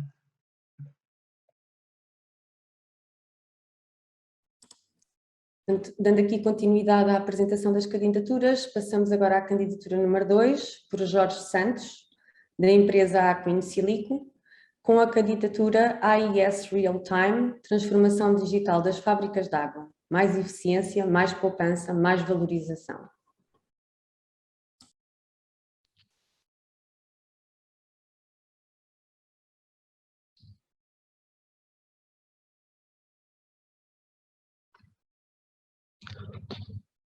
Olá, bom dia. O meu nome é Jorge Santos, sou cofundador da Aqua in Silico. Gostaria de começar por felicitar as Águas do Tejo Atlântico por esta iniciativa. É uma grande oportunidade para startups como a Aqua in Silico terem este espaço para apresentar as nossas soluções. E é com esta mensagem que vos apresento o nosso projeto focado na transformação digital das fábricas de água, apostando na sua eficiência, poupança e valorização através da nossa ferramenta AIS Real Time. Para percebermos o quão importante é a procura de soluções para a gestão operacional, gostaria de vos dar a conhecer que mais de 45% do tempo anual os processos biológicos são afetados por fatores inesperados, o que faz com que as fábricas de água, em cerca de 50% dos seus custos operacionais, possam ser afetados pela incapacidade de corrigir estes problemas de forma antecipadamente, causando em muitas fábricas de água um alto consumo energético ou até mesmo uma grande produção de lamas e, em alguns casos, uma grande adição de químicos. Para darmos resposta à melhoria da gestão operacional, a Aqua in Silico tem estado a desenvolver uma ferramenta digital, a Aqua in Silico Real Time, no qual recebe dados das fábricas de água e, através de algoritmos que foram desenvolvidos por mais de 30 anos de investigação em processos biológicos e químicos, é possível simular de forma virtual a performance das fábricas de água e, através de painéis de controlo, os operadores vão conseguir então monitorizar indicadores de performance dos processos biológicos, diagnosticar as perturbações desses processos ou até mesmo estimar custos operacionais e prever indicadores de valorização de resíduos. Ao contrário de outras soluções comerciais, os nossos modelos são capazes de prever com uma grande eficiência a remoção de matéria orgânica, amónia e fósforo e também a valorização de recursos em fábricas de água com diferentes configurações, sem necessitarem um grande ajuste de parâmetros. Como podem ver aqui nestes dois gráficos, a azul conseguem ver a eficiência do modelo da Aqua in Silico em comparação à laranja com outros modelos comerciais e também têm a cinzento os valores observados. Para a inovação Tejo Atlântico, propomos aplicar as nossas ferramentas para impulsionar a transição das estações de tratamento de águas residuais para fábricas de água sustentáveis, permitindo aumentar o desempenho dos processos biológicos, assegurar o cumprimento da regulamentação ambiental, poupar recursos, gerar novos recursos e assistir na engenharia de bioprocessos. Mas vejamos como é que a nossa ferramenta pode ser aplicada na prática para ajudar as fábricas de água a alcançar estes objetivos. A nossa ferramenta permite reduzir os custos operacionais, possibilitando com que os operadores possam visualizar através dos dashboards em tempo real o consumo energético, a adição de químicos, também a quantidade de lamas que estão a ser produzidas na fábrica de água, possibilitando uma análise global de risco, custo-benefício na implementação de novas estratégias. Permite ainda aumentar a eficiência de processos, uma vez que, através desta ferramenta, esta ferramenta dá apoio à tomada de decisão e diagnóstico de perturbações, em que os operadores podem, através dos dashboards, monitorizar de forma contínua parâmetros que nem sempre são fáceis de serem medidos, não só por questões de alto custo analítico na análise dessas amostras, ou porque também alguns desses parâmetros podem não ser fáceis de serem medidos. Simultaneamente, é possível também identificar as principais causas das perturbações dos processos biológicos e antecipar a ocorrência dessas falhas. A ferramenta permite também aumentar a sustentabilidade ambiental, uma vez que nos dashboards os operadores vão conseguir prever indicadores de valorização de resíduos, dando a possibilidade das fábricas de água perceber qual o potencial de recuperação nas lamas de novos produtos, como por exemplo é possível prever a quantidade de nutrientes que podem ser facilmente convertidos em biofertilizantes, a quantidade de matéria orgânica que pode ser facilmente convertida em bioplásticos ou em biogás, biocombustíveis, ou até mesmo perceber a qualidade da água residual tratada. Para implementar um projeto piloto numa fábrica de água da Tejo Atlântico, propomos um plano de trabalhos dividido em 3 fases. Na primeira fase, pretendemos investigar as melhores estratégias para a comunicação dos dados da fábrica de água com a nossa ferramenta.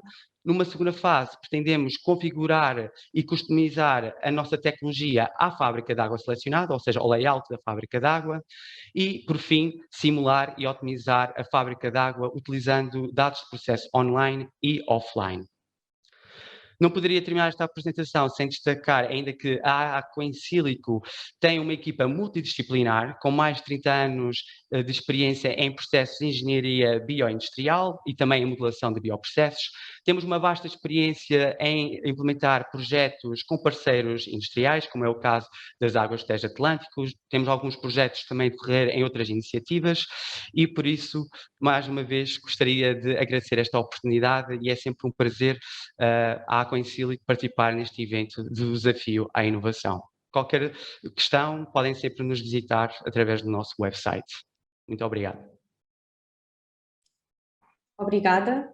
Vamos passar então agora à apresentação da candidatura número 3, por Hugo Alexandre Trindade, da empresa SEMAI, com a candidatura Sistema Vigilante Ambiental.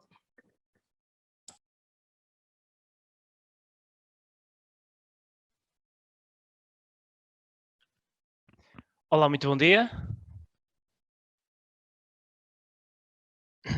Olá, muito bom dia. A eficiência é um aspecto importante para as organizações do futuro. Deixem-me só ver que acho que tenho aqui um pequeno problema com a minha apresentação. Ok, penso que agora já está. Olá, muito bom dia. Chamo-me Hugo Alexandre Trindade, sou um dos cofundadores da SEMAI. A eficiência é um aspecto importante para as organizações do futuro, mas a falta de dados ou a subcarga de informações deixa as organizações vulneráveis quanto às melhores decisões a tomar. Não existe uma maneira fácil e integrada de recolher esses dados e analisá-los de forma intuitiva, sem interferência humana. É por isso que desenvolvemos um sistema de recolha, análise e monitorização de dados offline e online, que usa algoritmos de inteligência artificial para melhorar a eficiência dos recursos naturais e industriais das organizações. Se não tiverem uma rede sensorial instalada, não há problema, nós podemos criá-la e configurá-la.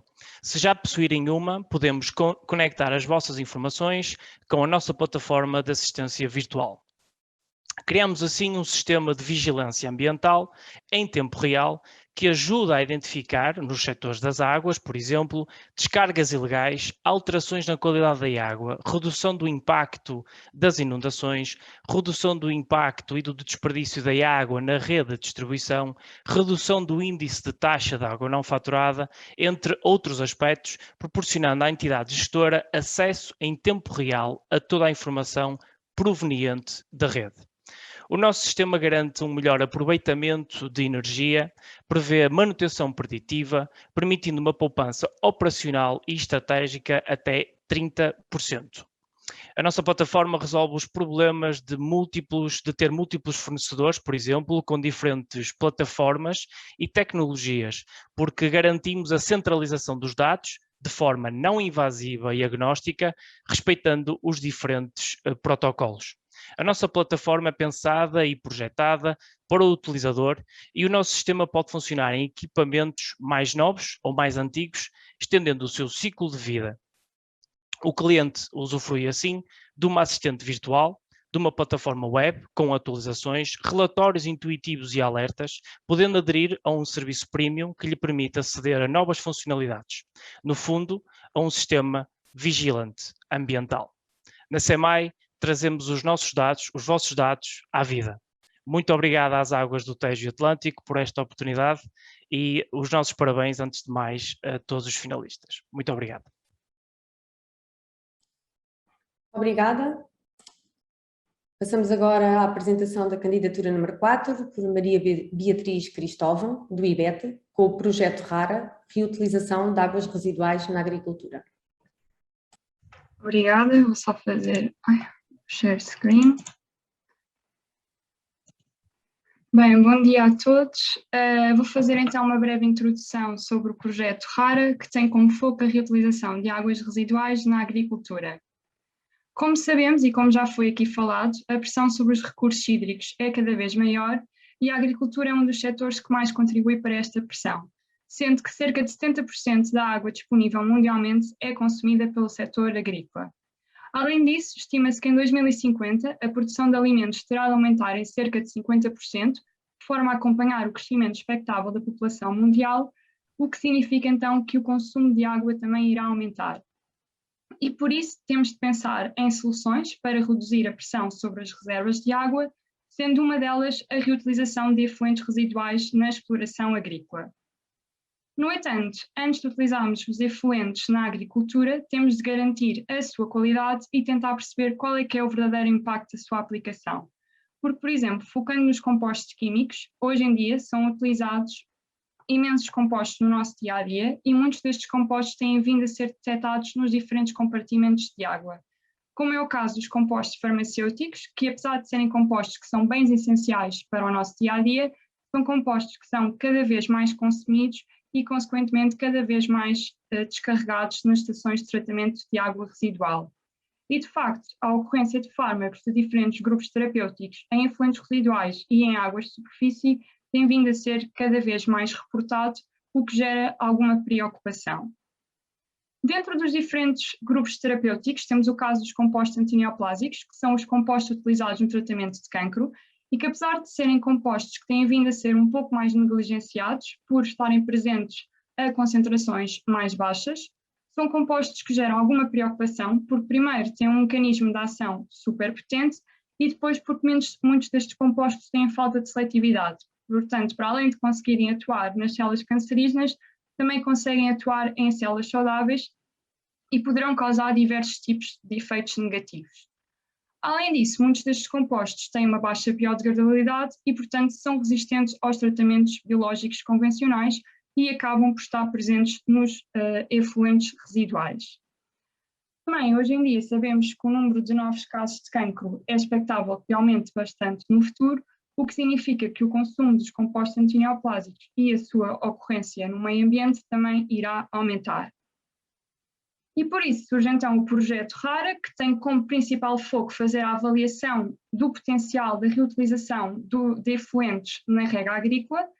Numa primeira fase deste projeto, o que iremos fazer é a comparação da qualidade de 4 efluentes diferentes, nomeadamente em termos da ocorrência de compostos antineoplásicos.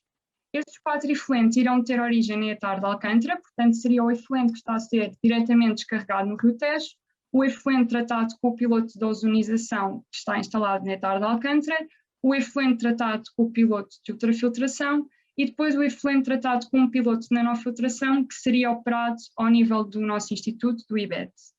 Depois de estarem muito bem caracterizados estes 4 efluentes, o que iríamos fazer era a rega das alfaces e depois avaliar se há ou não internalização de compostos antineoplásicos pelas alfaces. Paralelamente, como controle, iríamos sempre ter um grupo de alfaces que seria regada com a água da companhia. Por que é que nós escolhemos as alfaces? Nós escolhemos as alfaces porque, primeiro, é um vegetal que tem um crescimento relativamente rápido, depois porque é um vegetal que está em contacto direto com a água da rega e depois porque também é constituído maioritariamente por água. Em relação ao plano de trabalhos, de forma muito sucinta, em relação a estes 2 primeiros tópicos que apresentamos aqui, nós já desenvolvemos no âmbito de um outro projeto que tivemos. Portanto, hoje em dia existem mais de 100 compostos utilizados no tratamento de cancro e é impossível monitorizarmos todos estes compostos. Por isso, Num outro projeto, o que fizemos foi, com dados de consumo, fomos prever a concentração destes compostos em águas de superfície e selecionámos os compostos de maior relevância. E para estes compostos já fizemos o desenvolvimento de métodos analíticos para a sua detecção em efluentes finais.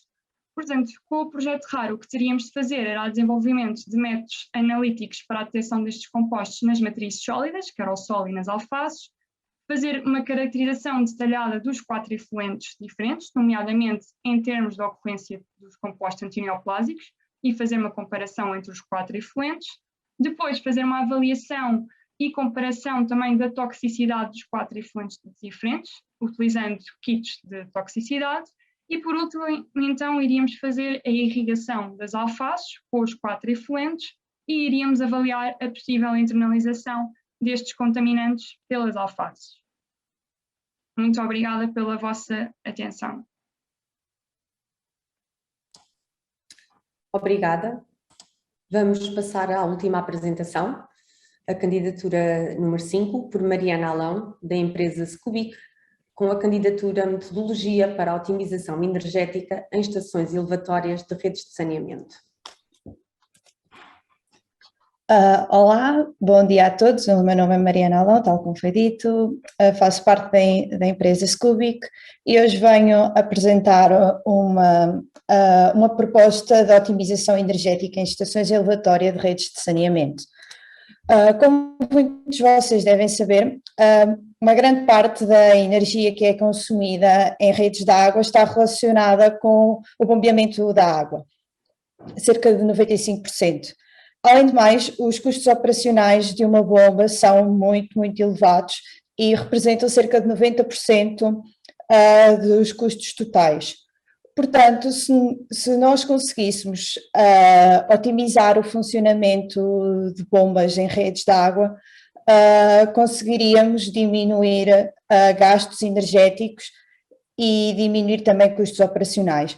Quando eu digo otimizar uma bomba, falo em utilizar apenas a energia necessária para que todo o sistema funcione em harmonias e que não haja faltas de água e afins. Portanto, o grande objetivo do projeto acaba por ser um pouco aumentar a eficiência operacional de estações elevatórias de uma rede de saneamento, estando esta estação tanto no início do circuito, antes mesmo da ETAR ou depois da ETAR. Como é que esta eficiência operacional seria efetuada? Portanto, seriam definidos os set-points de arranque e paragem dos níveis de tanque, dos tanques das estações elevatórias, que por norma funcionam por níveis. Portanto, quando a água está acima de um certo nível, uma bomba é ligada. Quando alcança outro nível, a bomba é desligada. Seria também feito um ajuste da frequência dos variadores de velocidade, de forma a que todo este sistema fosse o mais ótimo possível, e lá está a utilização de algoritmos de otimização, portanto algoritmos matemáticos avançados, que nos permitiriam chegar a estes valores ótimos. Portanto, com o plano de trabalhos, teríamos que começar por recolhas de dados. Ter dados históricos é muito importante. O ideal seria cerca de um ano de dados, uma vez que temos períodos do ano em que existem mais efluentes e períodos do ano em que existem menos efluentes. Depois, seria necessário analisar esses dados, perceber a sua qualidade, se não existem grandes falhas, se existem muitas vezes valores de pico que pode ser necessário remover. Além de mais, os dados que nós necessitamos para fazer o passo seguinte teria que ser averiguados nesta fase, ou seja, necessitaríamos de ver se temos a quantidade de água ou efluente que chega a essa estação elevatória, saber o nível do tanque, os níveis do tanque ao longo do tempo. Necessitávamos também de saber a velocidade de funcionamento da bomba, dos grupos de pompagem e também o caudal que sai dessa estação elevatória. Era necessário verificar a existência de todas essas variáveis e se não existissem e se fosse possível efetuar os cálculos necessários. Depois, então, com esses valores criávamos um gêmeo digital de forma a conseguirmos reproduzir exatamente o que acontece na estação elevatória e assim estamos confiantes que todos a nossa determinação de set points e de cálculos que sejam efetuados são o mais parecido com a realidade. Portanto, lá está, utilizaríamos um algoritmo de otimização, é que as nossas variáveis de otimização seriam os níveis de paragem e de arranque das bombas e também possivelmente um nível estável em que nós desejaríamos que a maior parte do tempo o nosso tanque se mantivesse. Esta candidatura apresenta a utilização de gêmeos digitais para melhorar a operação dos grupos de elevação. Conseguiria-se também reduzir custos relacionados com energia elétrica e nas nossas restrições relativas ao algoritmo de otimização seria possível fazer uma gestão das descargas de emergência e evitar que essas descargas sejam efetuadas, que são muito penosas para o meio ambiente. Em termos de eficiência de projetos, lá está, nós tentaríamos colocar as bombas a funcionar apenas o tempo necessário a que todo o processo funcionasse. Muitas vezes temos as bombas a funcionar mais tempo, mas esse tempo extra não seria necessário e o que nós gostaríamos de fazer era eliminar esse tempo necessário. Além do mais, cada vez há mais em voga a utilização e incorporação de energias renováveis e, portanto, seria possível também ser efetuada uma previsão de energias renováveis que são produzidas, nomeadamente energia solar ou energia proveniente do vento, e incorporar a energia que é gerada nesta otimização e pensar que essa energia será rentabilizada ao máximo. Por fim, reduzir energia é sempre importante para o ambiente, porque reduzimos também as emissões de gases poluentes e algo também bastante importante e que nós nos pretendemos focar é na redução do número de descargas de emergência. E pronto, obrigada pela vossa atenção e obrigado também às Águas do Tejo Atlântico pelo desafio lançado.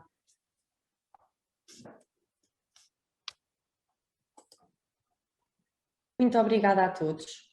Vamos agora abrir as votações, onde terão a oportunidade de classificar os projetos da vossa preferência. A classificação dos projetos é feita de 0 a 4, sendo o 4 o maior grau de preferência. A partir deste momento, poderão votar através do botão disponível na plataforma durante cerca de 2 minutos. Enquanto decorre esta votação, partilhamos convosco o vídeo sobre a linha da frente. Agora que o mundo mudou e te obrigou a olhar para o que é mais importante, já reparaste que existem coisas em que nunca pensaste e que não sabias viver sem elas? Que há serviços invisíveis que dão conforto à tua vida e que são indispensáveis para a saúde e bem-estar da tua família? Olha em teu redor. A água está sempre presente. Mas já pensaste no que acontece depois de ela te saciar e revigorar? Tens consciência do trabalho necessário para te proteger de vírus ou bactérias nocivas se ninguém tratasse os teus esgotos? Já pensaste nos profissionais que a qualquer hora garantem tudo isto para que não penses nisso? Naqueles que são a linha da frente dos sistemas de tratamento de esgotos e que deles depende a tua qualidade de vida? Centenas de homens e mulheres que formam uma equipa operacional incansável e comprometida com a tua saúde e que asseguram que as águas que usaste chegam aos rios e ao mar nas melhores condições ambientais para que não tenhas de pensar nisso quando abrires a janela da tua casa, deres um mergulho ao pôr do sol ou comeres um peixe da nossa costa.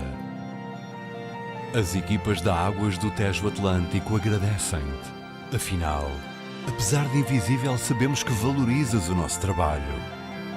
Estaremos sempre disponíveis e na linha da frente pela tua saúde e pelo nosso ambiente.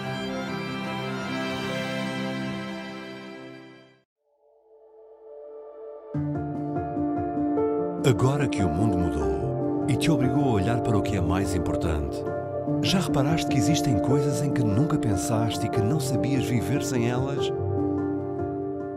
Que há serviços invisíveis que dão conforto à tua vida e que são indispensáveis para a saúde e bem-estar da tua família? Olha em teu redor. A água está sempre presente. Mas já pensaste no que acontece depois de ela te saciar e revigorar?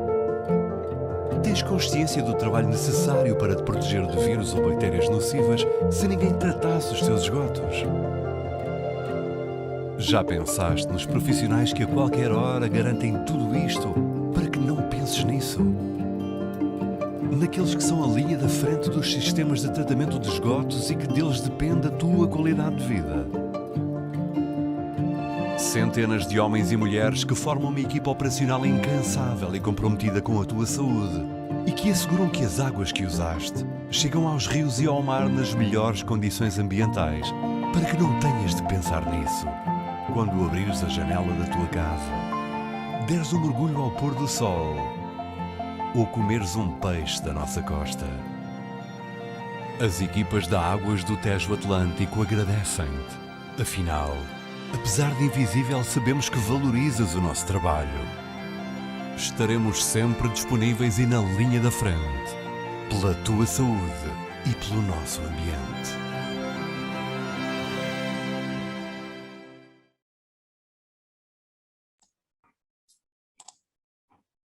Agora, enquanto decorre o apuramento dos vencedores, vamos apresentar a próxima edição do Desafio à Inovação.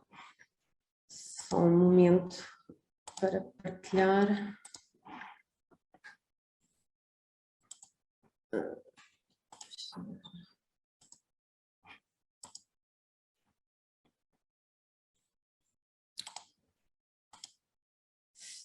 Penso que já estarão a ver. Então, vamos lançar agora a 5ª edição do Desafio à Inovação. Brevemente teremos o regulamento disponível no nosso website. O Desafio à Inovação abrange todas as atividades das fábricas de água e deve contribuir para as metas de inovação da Águas do Tejo Atlântico, que são potenciar a utilização de água reciclada, alcançar um consumo neutro de energia em algumas fábricas de água, potenciar a recuperação e valorização de azoto e fósforo em fábricas de água, tornar os biossólidos de um custo-aproveito, a redução significativa da burocracia, uma redução das ações de manutenção corretiva, aumentar a capacidade e eficiência da manutenção preventiva e preditiva e também a atração do conhecimento e da comunidade científica e empresarial. Quais são os temas do desafio desta 5ª edição? Temos como desafio número 1 o tema Tejo Atlântico 4.0. Este tema está assente na digitalização da atividade da Tejo Atlântico, com vista à melhoria contínua e automatização dos processos, permitindo assim uma economia de tempo e uma redução de custos, quer económicos, quer ambientais.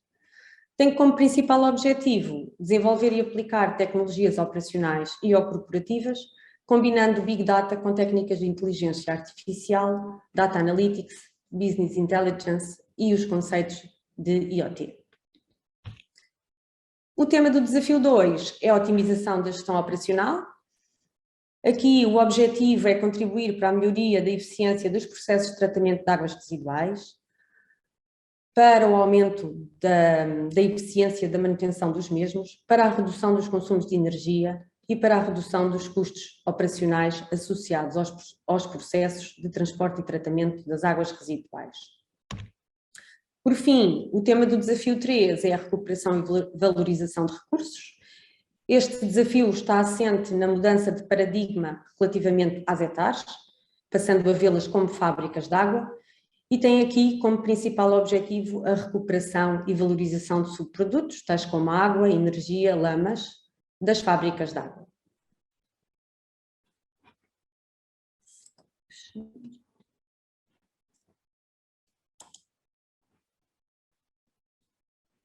Estamos em crer que estes desafios sejam aliciantes para as comunidades universitárias e empresariais e aguardamos uma boa participação de todos. Eu penso que estaremos em condições de anunciar os vencedores do Desafio à Inovação 2021. Espero que não estejam muito nervosos.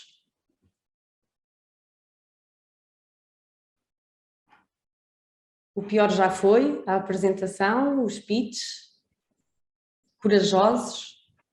Agradecemos a todos as candidaturas que nos submeteram, a vossa participação é muito importante. Vamos aguardar só mais um bocadinho, se calhar enquanto aguardamos, eu partilhava aqui convosco ainda um pouquinho da importância que teve este filme que passou sobre a linha da frente. Portanto, isto é um vídeo que mostra o trabalho fundamental dos nossos colegas de operação e manutenção deste serviço que é essencial para o ambiente e para a saúde pública.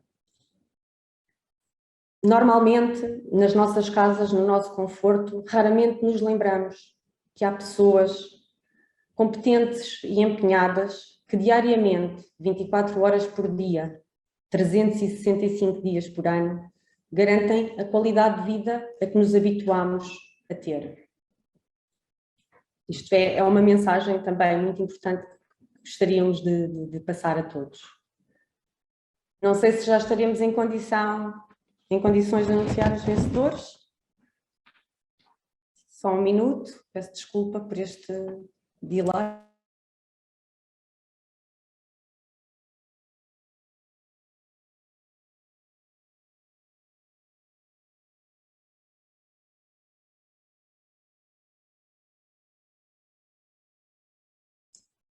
Não sei, se calhar podíamos passar o vídeo da linha da frente novamente, enfatizar aqui um pouco o que é a nossa missão, os 365 dias por ano.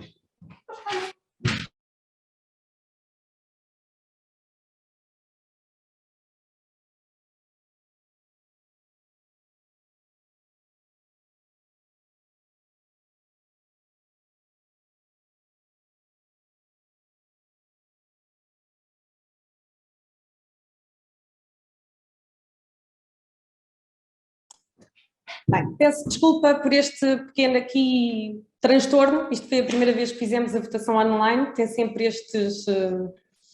estas aprendizagens, digamos assim.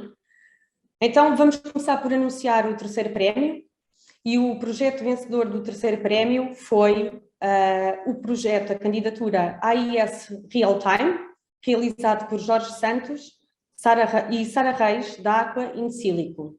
Parabéns!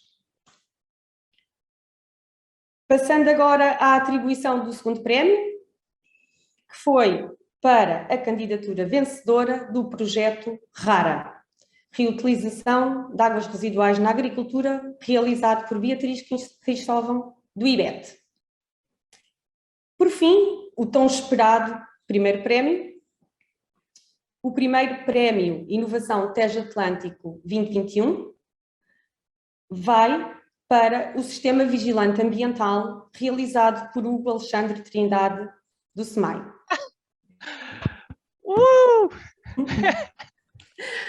Parabéns a todos. Alexandre, passa a palavra. Olá, muito bom dia.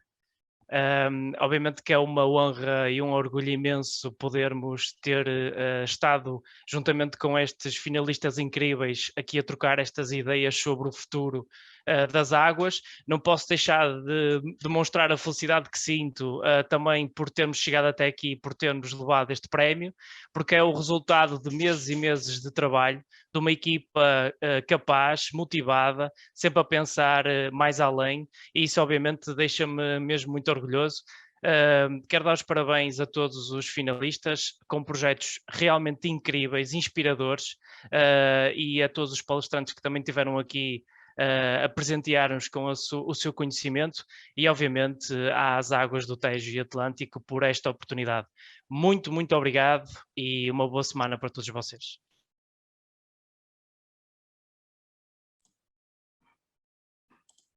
Obrigada a todos.